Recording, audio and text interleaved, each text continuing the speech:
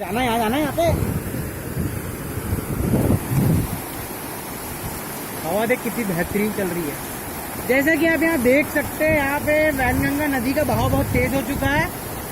Dam खोलने की जरूरत नहीं पड़ रही है। बहुत कचरा बहुत इधर पे आ रहा है। शायद अगर ज्यादा बारिश हो तो ये जहाँ हम खड़े हैं वो भी भर सकती है।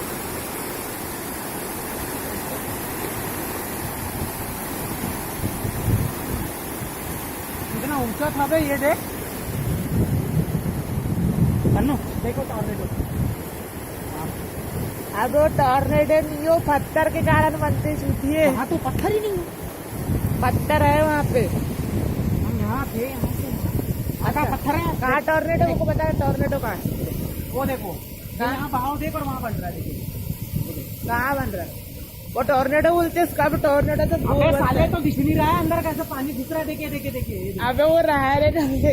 हाँ तो लहर से